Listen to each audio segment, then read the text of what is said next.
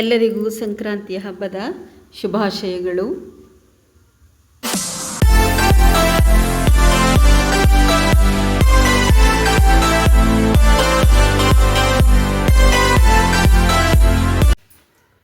ಎಲ್ಲರಿಗೂ ನಮಸ್ಕಾರ. ಎಲ್ಲರೂ ಹೇಗಿದ್ದೀರಾ? ಎಲ್ಲರೂ ಚೆನ್ನಾಗಿದ್ದೀರಾ ಅಂದ್ಕೊಂಡಿದ್ದೀನಿ. ನಾನು ಕೂಡ ಚೆನ್ನಾಗಿದ್ದೀನಿ. ಬನ್ನಿ, ಇವತ್ತಿನ ಲಾಗನ್ನು ಇವಾಗ ಸ್ಟಾರ್ಟ್ ಮಾಡ್ತಾ ಇದ್ದೀನಿ. ಇವತ್ತು ಸಂಕ್ರಾಂತಿ ಹಬ್ಬ. ಎಲ್ಲರಿಗೂ ಹ್ಯಾಪಿ ಸಂಕ್ರಾಂತಿ. ಸಂಕ್ರಾಂತಿ ಹಬ್ಬದ ಶುಭಾಶಯಗಳು. ನೋಡಿ, ಗೆಣಸು ಮತ್ತು ಕುಂಬಳಕಾಯಿ, ಚಪ್ಪರದವರೆಕಾಯಿ ಮತ್ತು ಅವರೆಕಾಯಿ ಇಷ್ಟನ್ನು ಬೇಯಿಸ್ಕೊಳ್ತಾ ಇದ್ದೀನಿ ಹಸುಗಳು ಕೊಡೋಕ್ಕೆ ಅಂತ. ನೋಡಿ, ಪೊಂಗಲ್ ಮಾಡೋದಕ್ಕೆ ನಾನು 2 ಪೊಂಗಲ್ಗೂ ಒಂದೇ ಸಲನೇ ಅಕ್ಕಿನ ಕೂಗಿಸ್ಕೊಂಡ್ಬಿಡ್ತೀನಿ. 1 ಗ್ಲಾಸಷ್ಟು ಅಕ್ಕಿ ತೊಗೊಂಡಿದ್ದೀನಿ. ಸ್ವೀಟ್ ಪೊಂಗಲ್ಲು ಮತ್ತು ಖಾರ ಪೊಂಗಲ್ ಎರಡಕ್ಕೂ ಒಟ್ಟಿಗೆ ಮಾಡ್ಕೊಳ್ತೀನಿ. ಆಮೇಲಿಂದ ಸ್ವೀಟು ಮತ್ತು ಖಾರ ಬೇರೆ ಬೇರೆ ಮಾಡ್ಕೊಳ್ಳೋಣ. ಎರಡಕ್ಕೂ ಬೇರೆ ಬೇರೆ ಕೂಗಿಸ್ಕೊಳ್ಳೋದೇನು ಬೇಡ. ಇವಾಗ ನಾನು ಹೆಸರುಬೇಳೆನ ಹಾಕ್ಕೊಳ್ತಾ ಇದ್ದೀನಿ. 1 ಗ್ಲಾಸ್ ಅಕ್ಕಿಗೆ ನಾನು ಇಷ್ಟು ಹೆಸರುಬೇಳೆಯನ್ನು ತೊಗೊಂಡಿದ್ದೀನಿ. ಇಷ್ಟು ಹೆಸರುಬೇಳೆ ತೊಗೊಂಡ್ರೇ ಅದು ಟೇಸ್ಟಾಗಿ ಆಗೋದು. ಈ ಎರಡನ್ನೂ ಕೂಡ ನಾನು ಮಿಕ್ಸ್ ಮಾಡಿ ವಾಶ್ ಮಾಡ್ಕೊಳ್ತೀನಿ. ಇವಾಗ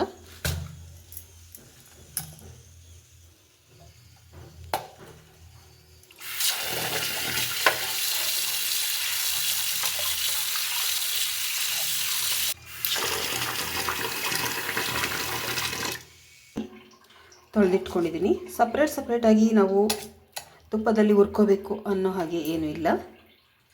ಬನ್ನಿ, ಇವಾಗ ಯಾವ ರೀತಿ ನಾನು ಇದನ್ನು ಬೇಯಿಸ್ಕೊಳ್ತೀನಿ ಅಂತೇಳಿ ತೋರಿಸ್ತೀನಿ. ಈಸಿಯಾಗಿದೆ, ತುಂಬ ಈಸಿ, ಬೇಗ ಮಾಡ್ಕೋಬೋದು.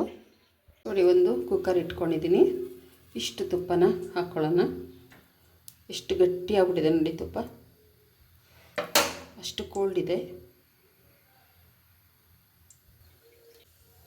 ಇವಾಗ ನೋಡಿ ಅಕ್ಕಿನ ಹಾಕ್ಕೊಳ್ತಾ ಇದ್ದೀನಿ.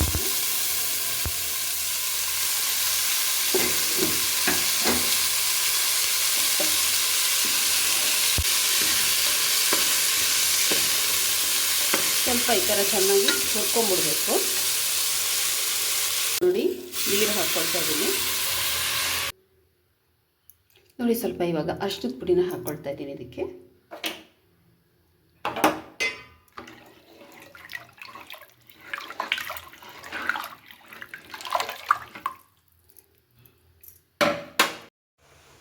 ಇವಾಗ ನೋಡಿ, ನಾನು ಹಸು ಬರ್ತಾ ಇದೆಯಾ ಅಂತ ನೋಡ್ತಾ ಇದ್ದೆ.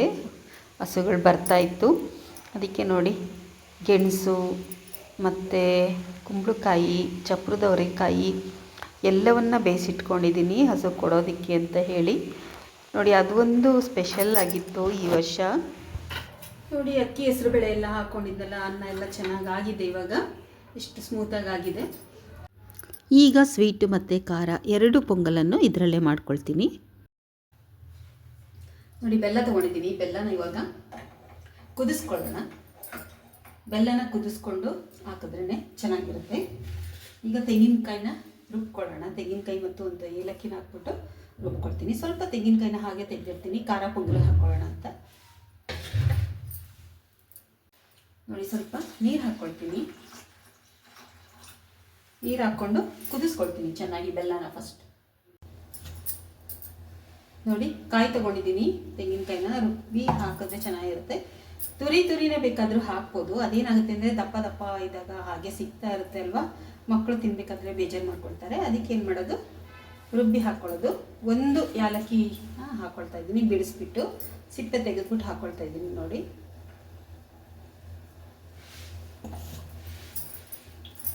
ಇವಾಗ ಒಂದು ಸ್ವಲ್ಪ ನೀರನ್ನು ಹಾಕ್ಕೊಳ್ತೀನಿ.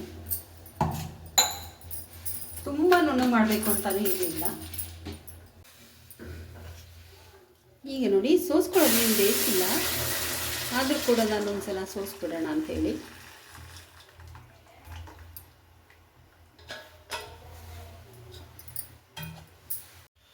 ತೆಂಗಿನಕಾಯಿನ ರುಬ್ಕೊಂಡಿದ್ನಲ್ಲ, ಅದು ಕೂಡ ಇವಾಗ ಬೆಲ್ಲಕ್ಕೆ ಸೇರಿಸ್ಕೊಳ್ಳೋಣ. ಬೆಲ್ಲ ಮತ್ತು ತೆಂಗಿನಕಾಯಿ ರುಬ್ಬಿರ್ತೀವಲ್ಲ, ಅದು ಸ್ವಲ್ಪ ಚೆನ್ನಾಗಿ ಕುದಿಬೇಕು. ಚೆನ್ನಾಗಿ ಕುದಿ ಬಂದರೆ ಪೊಂಗಲ್ಲು ತುಂಬಾ ಚೆನ್ನಾಗಿರುತ್ತೆ. ಇವಾಗ ಒಂದು ಸ್ವಲ್ಪ ಹೊತ್ತು ಕುದೀಲಿ ಇದು. ನೋಡಿ, ಈ ಥರ ಚೆನ್ನಾಗಿ ಕುದಿಸ್ಕೋಬೇಕು. ತೆಂಗಿನಕಾಯಿ ಎಲ್ಲ ಚೆನ್ನಾಗಿ ಬೇಯಬೇಕು. ಆಮೇಲಿಂದ ಅದಕ್ಕೆ ನಾನು ಅನ್ನ ಮಾಡಿ ಇಟ್ಕೊಂಡಿದ್ದೀನಲ್ಲ, ಅದನ್ನು ಸೇರಿಸ್ಕೊಳ್ತಾ ಇದ್ದೀನಿ. ಅನ್ನ, ಬೆಲ್ಲ, ತೆಂಗಿನಕಾಯಿ ಚೆನ್ನಾಗಿ ಕುದಿಸಿದ್ರೆ ಪೊಂಗಲ್ ತುಂಬಾ ಚೆನ್ನಾಗಿರುತ್ತೆ. ನೋಡಿ ಒಂದು ಸಲ ಆ ರೀತಿ ಅನ್ನ ಮಾಡಿಕೊಂಡು ಖಾರ ಪೊಂಗಲ್ಲು ಮತ್ತು ಸ್ವೀಟ್ ಪೊಂಗಲನ್ನು ಈಸಿಯಾಗಿ ಮಾಡ್ಕೊಂಡು ಬಿಡ್ಬೋದು. ಈಗ ಅದನ್ನು ಚೆನ್ನಾಗಿ ಅದರೊಳಗಡೆಗೆ ಸೇರಿಸ್ತಾ ಇದ್ದೆ. ಇವಾಗ ನಾನು ಒಂದು ಸ್ವಲ್ಪ ತುಪ್ಪನ ಒಗ್ಗರಣೆಗೆ ಇಟ್ಕೊಂಡಿದ್ದೀನಿ. ಪೊಂಗಲ್ಗೆ ಸ್ವಲ್ಪ ದ್ರಾಕ್ಷಿಯನ್ನು ಹಾಕ್ಕೊಳ್ತಾ ಇದ್ದೀನಿ. ನೀವು ಗೋಡಂಬಿ ಕೂಡ ಎಲ್ಲನೂ ಹಾಕ್ಕೊಳ್ಬೋದು. ನಮ್ಮನೇಲಿ ನಾನು ಕಡಿಮೆನೇ ಹಾಕೋದು, ಯಾಕಂದರೆ ಎಲ್ಲ ತೆಗೆದಿಟ್ಬಿಡ್ತಾರೆ ಅಂತ ಹೇಳಿ ಕಡಿಮೆ ಹಾಕ್ತೀನಿ ನಾನು.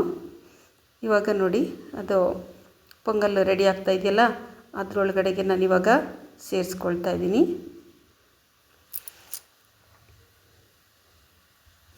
ಇವಾಗ ನೋಡಿ ಸೇರಿಸ್ಕೊಳ್ತಾ ಇದ್ದೀನಿ. ಈಗ ಚೆನ್ನಾಗಿ ಮಿಕ್ಸ್ ಮಾಡಬೇಕು. ಚೆನ್ನಾಗಿ ಮಿಕ್ಸ್ ಮಾಡಿದ್ರೆ ಇವಾಗ ನೋಡಿ ತುಂಬಾ ಪೊಂಗಲ್ಲು ಗಮ್ ಅಂತ ಇದೆ. ಪ್ರಸಾದ ಎಲ್ಲ ಕೊಡ್ತಾರಲ್ಲ ಅದೇ ರೀತಿ ಗಮ್ ಅಂತ ಇದೆ. ನನಗೆ ಬಹಳ ಇಷ್ಟ ಪೊಂಗಲ್ಲು, ಆದರೆ ಯಾವಾಗಲೂ ಮಾಡೋಕ್ಕೋಗಲ್ಲ, ತುಂಬಾ ಅಪರೂಪ. ಹಬ್ಬದಲ್ಲಂತೂ ಮಾಡಲೇಬೇಕು. ಇವಾಗ ನಾನು ಖಾರ ಪೊಂಗಲ್ ಮಾಡೋದಕ್ಕೆ ತೊಗೊಳ್ತಾ ಇದ್ದೀನಿ. ನೋಡಿ ಜೀರಿಗೆ, ಮೆಣಸು ಮತ್ತು ಸೋಂಪನ್ನು ತೊಗೊಂಡಿದ್ದೀನಿ. ಇಷ್ಟನ್ನು ಕೂಡ ಕುಟ್ಟಿ ಪುಡಿ ಮಾಡ್ಕೊಳ್ತೀನಿ, ಮಿಕ್ಸಿಗೆ ಏನು ಹಾಕ್ತಾಯಿಲ್ಲ. ಸ್ವಲ್ಪ ಇಡೀ ಕಾಳನ್ನು ಕೂಡ ಹಾಕ್ಕೊಳ್ತಾ ಇದ್ದೀನಿ. ಕಲ್ಲೊಳಗಡೆ ಹಾಕ್ಕೊಂಡಿದ್ದೀನಿ ನೋಡಿ ಕುಟ್ಟೋದಕ್ಕೆ ಅಂಥೇಳಿ. ಈ ರೀತಿ ಕುಟ್ಬಿಟ್ಟು ಹಾಕಿದ್ರೇ ಚೆನ್ನಾಗಿರುತ್ತೆ ಪೊಂಗಲ್ಲು. ಪೌಡ್ರ್ ಮಾಡಿ ಹಾಕಿದ್ರೆ ಅದೊಂಥರ ಮಿಕ್ಸ್ ಆಗಿಬಿಡುತ್ತೆ. ಅದಕ್ಕೆ ನಾನು ಹಬ್ಬದಲ್ಲಿ ಮಾಡಬೇಕಾದ್ರೆ ಮಾತ್ರ ಆ ರೀತಿ ಕುಟ್ಟೋದಿಲ್ಲ, ಈ ಥರ ಕೈನಲ್ಲಿ ಕುಟ್ಕೊಳ್ತೀನಿ. ಇವಾಗ ನಾನು ಒಂದು ಬಾಣಲಿ ಇಟ್ಕೊಂಡು ತುಪ್ಪನ ಹಾಕ್ಕೊಳ್ತಾ ಇದ್ದೀನಿ. ತುಪ್ಪ ನೋಡಿ ಎಷ್ಟು ಗಟ್ಟಿಯಾಗಿದೆ ಅಂತ, ಎಷ್ಟು ಕೋಲ್ಡ್ ಇದೆ ಅಂದರೆ ಅಷ್ಟು ಕೋಲ್ಡ್ ಇದೆ. ಈಗ ತುಪ್ಪನ ಒಗ್ಗರಣೆಗೆ ಹಾಕ್ಕೊಳ್ಳೋದಕ್ಕೆ ಇವಾಗ ಕುಟ್ಟಿ ಎಲ್ಲ ಪುಡಿ ಮಾಡ್ಕೊಂಡಿದ್ದೀನಲ್ಲ ಅದನ್ನೇ ಇವಾಗ ಹಾಕ್ಕೊಳ್ತೀನಿ. ತುಪ್ಪ ಎಲ್ಲ ಕರಗಿಸ್ಕೊಳ್ತಾ ಇದ್ದೀನಿ ಮೊದಲು. ನೋಡಿ ಇವಾಗ ಸಾಸಿವೆ ಹಾಕ್ಕೊಳ್ತಾ ಇದ್ದೀನಿ. ಸಾಸಿವೆ, ಜೀರಿಗೆ, ಮೆಣಸೆಲ್ಲ ಕುಟ್ಟಿಟ್ಕೊಂಡಿದ್ದೀನಲ್ಲ ಅದನ್ನೇ ಹಾಕ್ಕೊಂಡ್ಬಿಡ್ತೀನಿ. ಇವಾಗ ನಾನು ಒಗ್ಗರಣೆಗೆ ಸ್ವಲ್ಪ ಒಣಮೆಣಸಿನ್ಕಾಯನ್ನು ಕೂಡ ಹಾಕ್ಕೊಳ್ತಾ ಇದ್ದೀನಿ. ಹಾಕ್ಕೊಳ್ಬೇಕು, ಚೆನ್ನಾಗಿರುತ್ತೆ. ಇವಾಗ ನೋಡಿ ಎಲ್ಲ ಪುಡಿ ಮಾಡ್ಕೊಂಡಿದ್ನಲ್ಲ, ಸಾಸಿವೆ, ಜೀರಿಗೆ, ಮೆಣಸು, ಸೋಂಪನ್ನೆಲ್ಲ ಅದನ್ನು ಹಾಕ್ಕೊಳ್ತಾ ಇದ್ದೀನಿ. ಸ್ವಲ್ಪ ಇಂಗು ಕೂಡ ಹಾಕ್ಕೊಳ್ತಾ ಇದ್ದೀನಿ. ಪೊಂಗಲಲ್ಲಿ ಯಾವತ್ತೂ ಇಡೀ ಮೆಣಸು ಇರಲೇಬೇಕಂತೆ, ಪೂರ್ಣ ಕುಟ್ಟಿ ಪುಡಿ ಮಾಡಿರಬಾರ್ದು.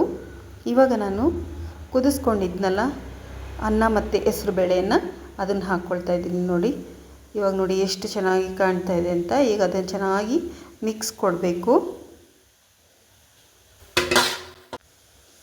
ಚೆನ್ನಾಗಿ ಇವಾಗ ಮಿಕ್ಸ್ ಮಾಡ್ಕೋಬೇಕು. ಎಲ್ಲ ಖಾರ ಎಲ್ಲ ಚೆನ್ನಾಗಿ ಮಿಕ್ಸ್ ಆಗಬೇಕು.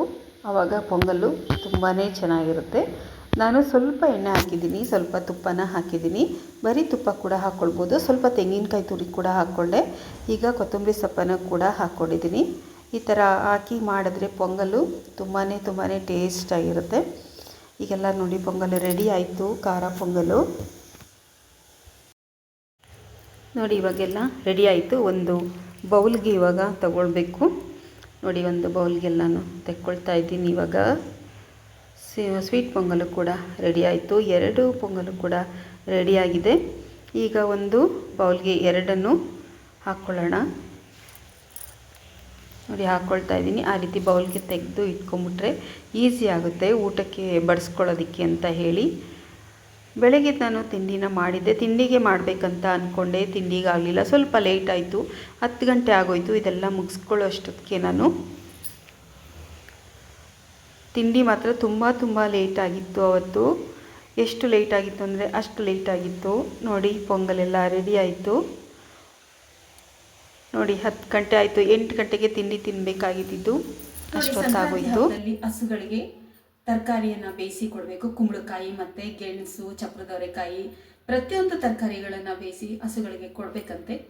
ಆ ಒಂದು ಸಂಪ್ರದಾಯ ಕೂಡ ಈ ಸಂಕ್ರಾಂತಿ ಹಬ್ಬದಲ್ಲಿದೆ. ನನಗೆ ಇಲ್ಲಿ ಹಸುಗಳು ಈ ವರ್ಷ ಹಸುಗಳು ಸಿಕ್ತು. ಇಷ್ಟು ವರ್ಷ ಯಾವಾಗಲೂ ಒಂದು ಬರೋದು ಹೊರಟೋಗೋದು, ನನ್ನ ಸಮಯಕ್ಕೆ ಬರ್ತಾ ಇರಲಿಲ್ಲ, ಅದು ಕೊಡೋದಕ್ಕೆ ಆಗ್ತಾ ಇರಲಿಲ್ಲ. ಈ ವರ್ಷ ನನಗೆ ಅನುಕೂಲ ಇರೋದ್ರಿಂದ ಬೆಳಗ್ಗೆನೇ ಎದ್ದು ತರಕಾರಿ ಎಲ್ಲ ಬೇಯಿಸಿಟ್ಟಿದೆ, ಹಸು ಕೊಡೋಣ ಅಂತ. ನೋಡಿ ಸಂಕ್ರಾಂತಿ ಹಬ್ಬ ಅಂದರೆ ಎಷ್ಟು ಮಹತ್ವ ಇದೆ ಅಂದರೆ ಅಷ್ಟು ಮಹತ್ವ ಇದೆ. ಎಳ್ಳು ಬೆಲ್ಲವನ್ನು ಕೊಟ್ಟು ಒಳ್ಳೆಯ ಮಾತಾಡುವಂಥ ಈ ಒಂದು ಸಂದರ್ಭದಲ್ಲಿ ಯಾರಿಗೂ ಏನನ್ನು ನಾವು ಹೇಳಬಾರ್ದು. ಎಲ್ಲರೊಂದಿಗೂ ಕೂಡ ಒಳ್ಳೆಯತನದಿಂದ ನಡ್ಕೋಬೇಕು, ಒಳ್ಳೆಯ ಮಾತನ್ನು ಆಡಬೇಕು. ಅದಕ್ಕೆ ಹಬ್ಬಗಳಿರೋದು. ಹಬ್ಬಗಳು ನಮಗೆ ಸಂಸ್ಕೃತಿಯನ್ನು ಕಲಿಸ್ಕೊಡುತ್ತೆ, ಸಂಸ್ಕಾರವನ್ನು ಕಲಿಸ್ಕೊಡುತ್ತೆ. ಅದಕ್ಕೆ ಹಬ್ಬಗಳನ್ನು ಮಾಡಬೇಕು ಅಂತ ಅನ್ನೋದು ನಮ್ಮ ಭಾರತದಲ್ಲಿ ಇರುವಂತಹ ಸಂಪ್ರದಾಯ ಮತ್ತೆಲ್ಲೂ ಕಂಡುಬರೋದಿಲ್ಲ. ಈ ಸಂಪ್ರದಾಯಗಳೆಲ್ಲ ನಮ್ಮ ಒಂದು ನಡತೆಯನ್ನು ಚೆನ್ನಾಗಿ ಇಟ್ಕೊಳ್ಳೋದಕ್ಕೂ ಕೂಡ ಅನುಕೂಲ ಆಗುತ್ತೆ. ಅದಕ್ಕೆ ಪ್ರತಿಯೊಬ್ಬರು ಕೂಡ ಮನೆಯಲ್ಲಿ ಮಕ್ಕಳುಗಳಿಗೆ ಸಂಪ್ರದಾಯವನ್ನು ಕಲಿಸಿ ಪ್ರತಿಯೊಂದು ಹಬ್ಬದ ಮಹತ್ವವನ್ನು ಹೇಳ್ಕೊಡಿ. ನಾವು ಹಬ್ಬ ಮಾಡ್ತಾ ಇದ್ರೆ ಮಕ್ಕಳು ಕೂಡ ಹಾಗೇನೆ ಕಲ್ತ್ಕೊಳ್ತಾರೆ. ಅದು ಪರಂಪರೆ ಮುಂದುವರಿತಾ ಹೋಗುತ್ತೆ. ಎಲ್ಲರಿಗೂ ಮತ್ತೊಮ್ಮೆ ಹ್ಯಾಪಿ ಸಂಕ್ರಾಂತಿ ಹಬ್ಬದ ಶುಭಾಶಯಗಳು.